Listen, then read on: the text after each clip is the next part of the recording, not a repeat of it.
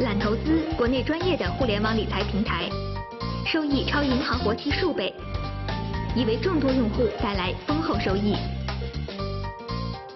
揽投资理财新选择。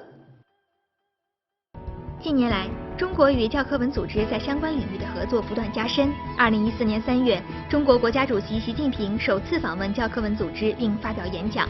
博克娃称赞此次访问具有历史意义，认为中国与教科文组织之间的合作会使全世界受益。Our President Xi Jinping has in one of his speech in the late September China's dedication to the UN-led mission about peacekeeping and poverty alleviation.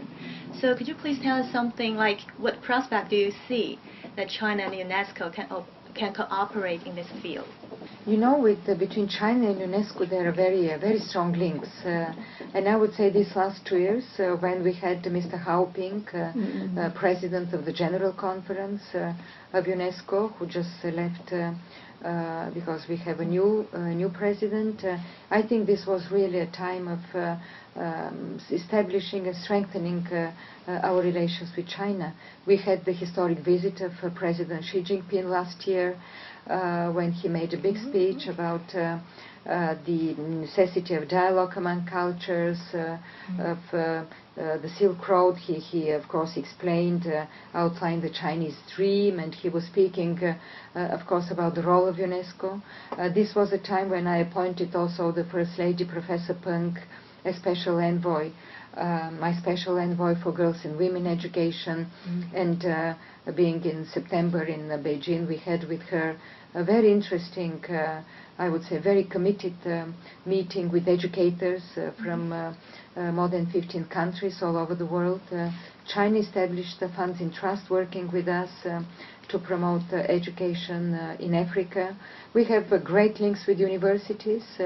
We have had in almost all the areas of our mandate very strong partnerships. We have had before on multilingualism, on the UNESCO network of creative cities, many. I would mention the technical vocational education conference in Shanghai, a major, I think, conference also, the culture and development in Hangzhou 2 years ago. I even can't enumerate all the areas of our activities. And I think we can do, of course, more. We are following on some of the initiatives that we have started with the President and the First Lady.